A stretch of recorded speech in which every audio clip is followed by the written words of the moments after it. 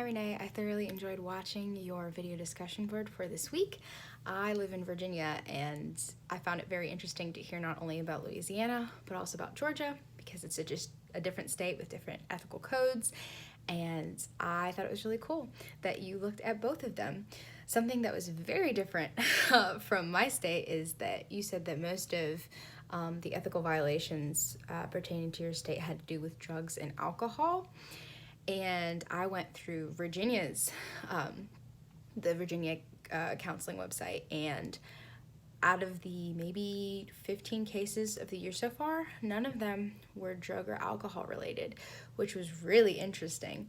So actually one of my sources that I used in my own vlog, it was a study that was conducted to just see the most common types of ethical violations.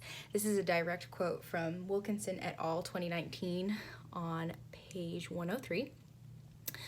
The authors write, if one considers the collapsed category of dual relationships, both sexual and non-sexual, it was the most frequently occurring ethical category with resulting disciplinary actions. So it was also earlier on in the source, Wilkinson et al. Mentions that it is the most common type of ethical violation, but also it's the one that garnered the most disciplinary action.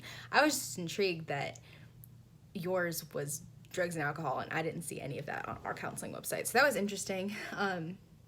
I found it interesting that you talked about impairment and how you brought up smoking pot. It didn't really specify in your code of conduct, in Georgia specifically, what that might mean.